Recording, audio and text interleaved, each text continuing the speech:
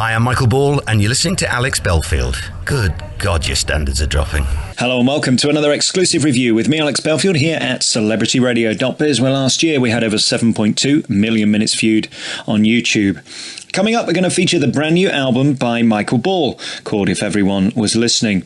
We'll also be featuring our most recent life story interview coming after this review. Michael's brand new album is released on the 17th of November. I was delighted to be sent a copy today on the 29th of October to review it for you. Michael Ball, of course, is the double Olivier winner, multi-platinum recording artist and hugely popular TV and radio presenter with his weekly show on Radio 2 doing gangbusters in the ratings. His brand new CD, out November 17th, is called If Everyone Was Listening. 15 tracks of a new sound of Michael, really. It's less processed, it's less what you expect, and more innovation, more storytelling, and more great songs. Going to go through the track listing in a bit and tell you what I think, but every song seems to feature great lyrics that Michael does beautifully. He's a storyteller, that's why he's so good at live theatre, and this album really takes him back to his roots of singing great songs by singer-songwriters like Sarah McLachlan, Jason Mraz, John Martin, or indeed Alison Krauss and Anne Murray, which is probably one of my favourite songs on the album. You Needed Me is sung so beautifully. Michael's also the master of mixing the old with the new. I remember seeing him live a couple of years ago, and he stuck in a Girls Aloud track, and I thought it's genius, because a great song is a great song, and he's happy to do that. This album really sums that up, with hits going back to the 50s and of course to the modern day.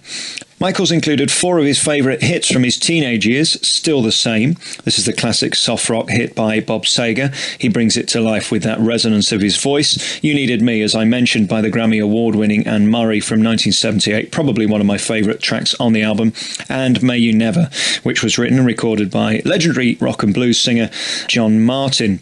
And of course, the brilliant 1974 If Everyone Was Listening by Supertramp. Again, also very different but great story songs. If you listen to Radio 2, you'll know how much of a fan of country music he is, and this album really sums that up. It's a new sound. It's not big ballads, this is the moment, sing as loud as you can, love changes everything, sort of Il Divo crescendos. This is Michael at his most subtle, and actually at his most beautiful, which is so nice to hear. He's even included the hit from the TV series True Blood, the theme tune Bad Things, which is on track 1. Track 2 is Simple Love. It was originally by Alison Krauss, and it tells the story, as all his songs do, with real heart and charisma. Again, what's interesting about this album, it's not over-processed. It's very raw and crisp and clear, and it's a new way to hear Michael, which I very much enjoyed. Track 3 is I Won't Give Up by Jason Mraz. This couldn't be a more contemporary and modern song, but it still feels like a classic that could have been written 50 years ago. Michael brings a new edge to it, and it also sort of reinvigorates the lyrics. You hear them differently and you pick up on different things, which is so nice. Track 4 is one of my favourite songs ever. Jessie paints a picture of how things used to be. Just the lyrics, the story, so lovely and beautifully recorded as well. This isn't a big stage production. You're not going for Bond sound this time, you know, that big anthemic sound. This is really stripped back. A lot of guitars, a beautiful drum sound, and we really hear that in Still the Same. Apparently this was recommended by Kathy, massive fan of Bob Seger, and that's why they put it on the album. It's a great driving song, fabulous. You Needed Me, I just love this song by Anne Murray. I don't know whether it could be done better than her original, but he does a great version of it, just so fabulous, such a great ballad, and done as only Michael can do himself. Track 7 on the album is a foot tapper, and it's so brilliant, by Sugarland. It became one of Michael's favourite songs during Hairspray and Sweeney Todd whilst he was getting ready, and it's a great addition to the album, something completely different. Again, a very bluesy, rustic country sound, but so brilliantly put together, and his voice sounds second to none. The Climb on track 8 is probably as we remember Michael at his best and at his most passionate. Those numbers that start very much similar to You Raise Me Up. It crescendos and gets bigger and bigger and bigger, and you will love it by the end, where you hear that booming, masterful voice that only Ball can do. Well done for track 8. A beautiful addition to the album. Track 9 on the album is a Lady Antebellum classic, Need You Now. It's that great multi-Grammy award-winning song that actually is as authentic as it possibly could be. He's kept to the original country style, and so he should. Why change something that's so brilliant? Track 10 is May You Never, not a song I'd heard before, not one I'm particularly bothered about hearing again, really. It's okay, a nice song on the album, but wasn't as special as some of the others, especially when you consider some of the previous songs I've mentioned and some still to come. Track 11 on the album is What We Ain't Got. I just love this song. It is beautiful, it's powerful, it's moving, and it means something. It's a song about our need for more, more, more, and does it make us happier, happier, happier? Certainly not. Great lyrics, beautiful tone on this song. You're going to love track 11, What We Ain't Got. Track 12 is an interesting one. It's got an air of sort of Clanad about it, certainly at the beginning. If Everyone Was Listening is another Supertramp hit that means a lot to Michael, to the point where he even included it in his Desert Island discs on Radio 4, so clearly means a lot. Track 13 is really nice and something different. It's in fact the only duet on the album. It's Let It Be Me, Michael Ball, and the Overtones. The Everly Brothers did this classic song and they recreate it very well. Again, it's that traditional Michael sound which we all love. Track 14 will make you cry. It is beautiful, the Sarah McLachlan Angel. Beautiful song. If you love vocals and meaning to words and delivery of lyrics, you're going to love Angel. Michael does it brilliantly. And finally, track 15 is Falling Slowly. This is from the mega hit musical, won everything on Broadway and in the West End once. The Irish musical Falling Slowly is a really nice number. It's not your typical musical number. Don't expect that one day more feel. It's not like that, but it's a glorious song that builds and builds. And again, it's about the words. That, I think, is what I've taken from this new album by Michael Ball, If Everyone Was Listening. It really is a song about words and delivering lyrics, and nobody does it better than Michael. Being a top actor, he totally gets it, and that's why he picks up on the nuances of every single word in his songs. Congratulations, 4 stars for Michael Ball's brand new album, If Everyone Was Listening. It is out on the 17th of November, and you can pre-order now at Amazon. So then I thought I'd let you listen to one of our most recent interviews, Michael Ball's life story. We've spoken, I think, 6 times over the years for our specials for the BBC. So enjoy this interview with Michael Ball. We'll hopefully be doing a new one very soon, and I'll let you know when that's available. You've been listening to another review by me, Alex Belfield, here at celebrityradio.biz, where last year we had over 7.2 million minutes viewed on YouTube. Enjoy my latest chat with Michael and I. Hi, I'm Michael Ball, and you may not know this, but Alex Belfield and I have so much in common. We're both very musical. Alex was even orchestrated as a child. It's The Big Show with me, Alex Belfield, talking to the biggest stars, and they come no bigger than Michael Ball. How are you? True at the moment. No, we're not talking weight. You're still delicious, and you must stop putting yourself up, because the ladies still love you. It doesn't matter. No, well, the secret is, if you say it before everyone else does, it takes away the sting. Because, you know, I have put on weight for this, and I'm allowed to, and I'm force-fed donuts to be in it. But it's absolutely true. If you are the first to acknowledge your slight foibles and your weaknesses, then it takes the sting out of other people. The other thing is, though, you've still got those cute boy looks that the ladies seem to like. You see, I'm clinically obese and don't have that. Imagine. But you're not clinically obese, and I genuinely am. As far as the boys' good looks, that's certainly not true anymore. Are you loving this role still? Because you've been in this for about 400 years now, I think, here at the Shaftesbury. And Hairspray is one of the greatest shows ever because it's fun, it's upbeat, it gets on with it. You're not in the theatre for 17 hours. You can go to the pub afterwards, and you get to wear a frock. Yeah, so you've just about summed it up. I've decided to stay on. We haven't officially announced it, but what the hell? I am staying on. Might as well hear it here first, certainly until April. And I've never, ever, and I've been involved with some amazing shows, I've never been so fulfilled doing a show on every level. And I don't know if that has anything to do with wearing a frock. Maybe it does. But certainly, personally and professionally, I've found it the most fabulous experience. I love the people I'm working with. I so admire the writers and the director and the choreographer and all the creatives. I've been given my own freedom within that arena, and I like leading this company. And I think in the past, when I've done stuff, I've always thought, I've got to get on to the next thing. There's got to be the next thing. One thing that you learn with experience in this job is that nothing will last forever. And don't be too quick to throw it away, because you have to sometimes take time to relish what you're doing. And this is certainly the case with Hairspray. Nothing I've done has been as satisfying and as much fun, and continues to surprise me and to stretch me. We've been talking now for nearly 10 years on and off about different projects you've been in, and I get to see theatre like you do with Ball on Broadway. There's a lot of rubbish out there. There aren't many gems, are there, that you enjoy going back to? I'm coming back to see the show again tonight, and I'm actually looking forward to it. I can't say that of many shows. I absolutely agree with you.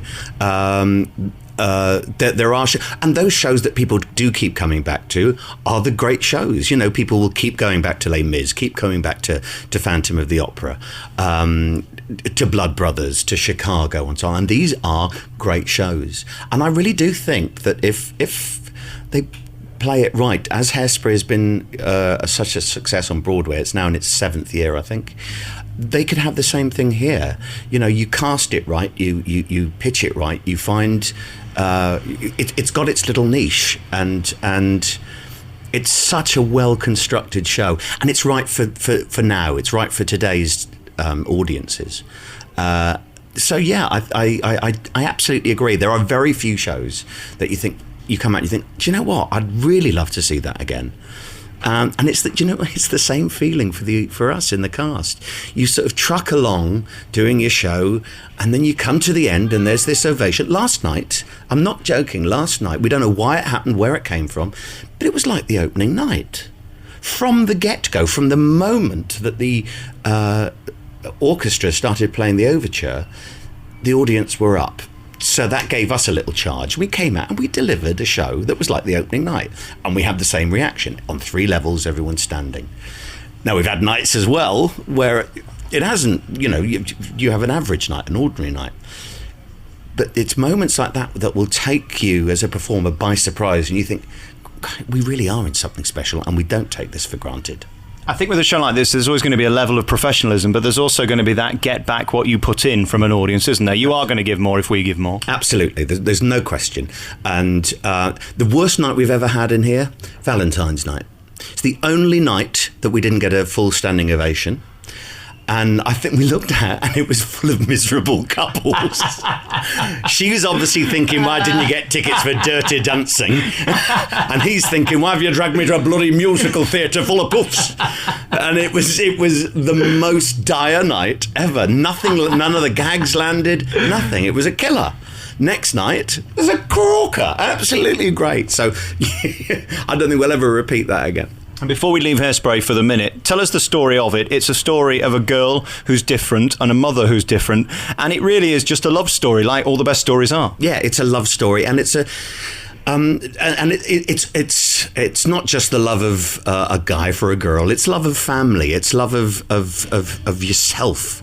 It takes into account a lot of issues that were prevalent in the 60s are still prevalent now. The race issue, the size issue, the sex issue, and so on. And dresses it up in a very frothy, fun confection, so you can view it on as many levels as you want to, as deeply or as superficially as you like.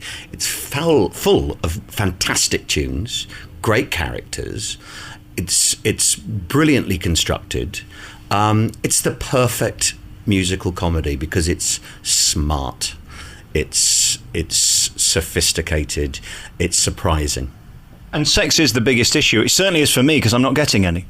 Well, luckily Edna and Wilbur are at it, hammer and tongs. What's it like kissing a man? That's interesting. Well, I'll tell you, one of the worst experiences of my life was being French kissed by Mel Smith. On his last matinee, he grabbed me, he put his tongue in my mouth, and he did it like a washing machine. Can we play a record? This is just obscene. It was horrible. Horrible. It will live with me forever. We're back on The Big Show, talking to Michael Ball today. It's so fascinating how popular you are with your fans. They are obsessive, they love you, they fancy you, they're endeared by you, they go on your every word, they listen to you, they follow you around the country. How do you buy that? Because so many people fail at it, don't they, being popular? I don't really know. I don't... You would think from what you just said that I'd actually gone out of my way to try and make this happen. I don't try and exploit fans or anything. I just am myself with them. When I come into the stage door, there are people who are there a lot waiting for me, and when I come out, and I'll always stop and have a word if I've got time and so on. It's never. I don't know. Some people would say, is it spooky that you see the same faces time after time? And it isn't. It's just kind of how things are now. It's kind of like a family feeling, and no one is too obsessive and oversteps the mark.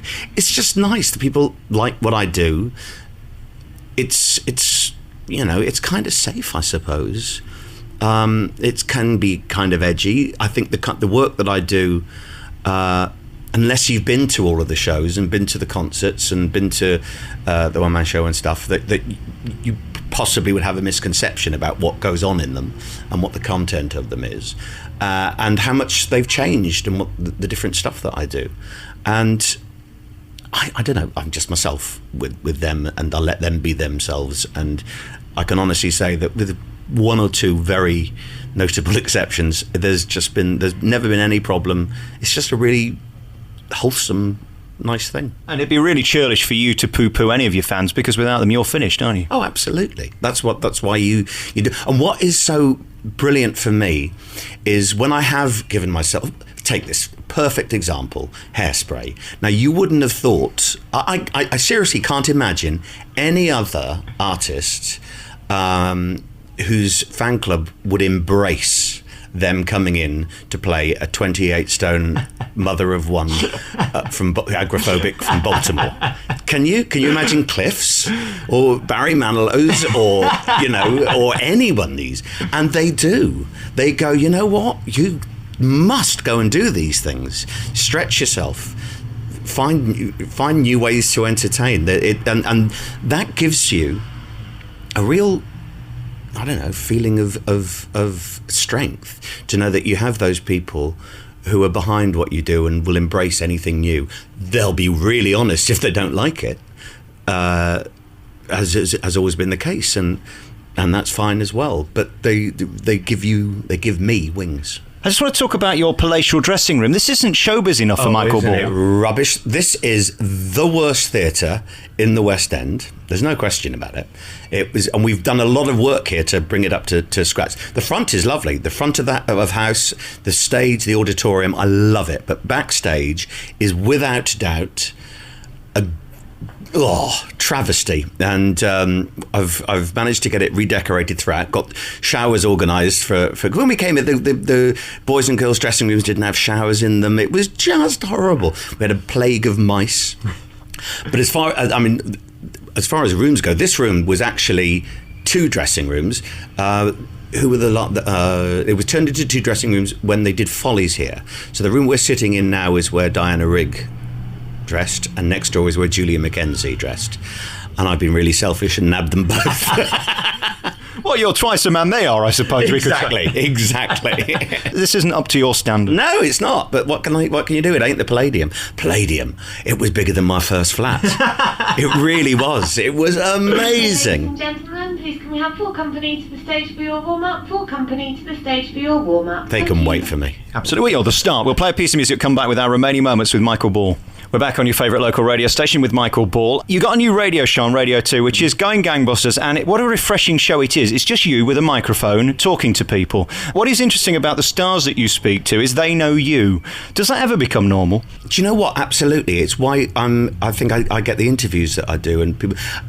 Okay, here we are. You're sitting there, and you're interviewing me. You're probably the only person who's interviewed me without notes in front of them, who doesn't look down during an interview at questions. That's exactly what I do. When whoever's coming on, I'll do all the prep. I'll read through biography and do all the work, but then I don't have fixed questions in my head. I then just chat to somebody, and there are obvious things to ask and so on. The most important thing when you're having a conversation is eye contact. It's what it's all about, isn't it? It's not really very difficult, this job, is it? Let's be honest. No, it's not difficult unless you have an agenda. And then there are tells, and I don't have one. People in the business, you see, will know that they're not going to be stitched up. They're not going to be. They're going to be given a nice time because I'm their host, and I take that responsibility quite seriously. So, if people come on. Everyone, with Francesca Annis came on. They said, well, you're going to ask her about Ralph Fiennes, aren't you? Well, no, I'm not, actually. It's none of my business. Jane Asher was on last week. You're going to ask her about Paul McCartney? Absolutely not, because she's made it clear she's uncomfortable talking about that. Why would I want to score points? So I'm not interested in that, but I think that because I've done what I've done in this side of the business, on the actual performing side and so on, that there's an ease with the people I talk to. Dustin Hoffman, great example. You know, he had been obviously primed about who I was and was fantastic. It started off very tense and then eventually wouldn't shut up, and we ruined the junket for everybody else coming to talk to him, because he was going, no, we're carrying on talking for a bit. And I got in a lot of trouble for that. I'm about to get in the same trouble because you're meant to be on stage. I don't care about you. I'm on the poster, love. They can't do anything to me. So yeah, I love doing the show. I like the fact that I get to review do the newspaper reviews, do the arts roundup, and just talk to people, and and get to play silly music. And you don't even have to wear a frock. I don't have to, no, but obviously I choose to. I normally do in a very nice peach caftan. It's interesting, though, what you say, because it's true. We can all get the first interview, but if you want to ask them back again, you can't do that for very long, can you? The clever dick act. Yeah. I'm not Jonathan Ross. I don't get people on so that I can talk about myself. But normally they're very nice and they'll do it for me anyway. And I'm not there to use them as a spar. It's different. Radio is very different from television, because you're right up against someone's ear in someone's house, and it's far more casual. So it's I don't know. It's a nice thing. It's a privilege to do something like that. All right, before we go, we've got loads of questions from your fans. Alana in Liverpool says, what are you most proud of? Coming up to my 25th anniversary in the business, I think I'm really, really proud of winning the Olivier. It was a dream, absolutely a dream. I kind of joined their club, the legitimate theatres club. I'm proud of that. I'm proud of my of the prom I did. I'm full of myself at the moment. So yeah, and I'm proud that there have been fans who've been part of it for since the beginning, and new ones come, and it just keeps going. I'm just enjoying it. What about the book? Jenny in Cheshire says she really wants to read the Michael Ball autobiography. Is it going to happen? No, it isn't. Not till I'm ready to write one, and that won't be for ages. I think there's no point in doing a book until you've finished, because you don't know what the next chapter is unless you're Jordan. She's on number 5, isn't she? She's on number 5, yes. So no, I think if you're going to do an autobiography, you're going to tell where the bodies are buried. So I want to carry on. I want to carry on working for a while. So I don't want to name the names. Some very quick ones to finish with. Nancy Garcia in New Jersey, USA says, "What's your favourite word?" Onomatopoeia. Very good.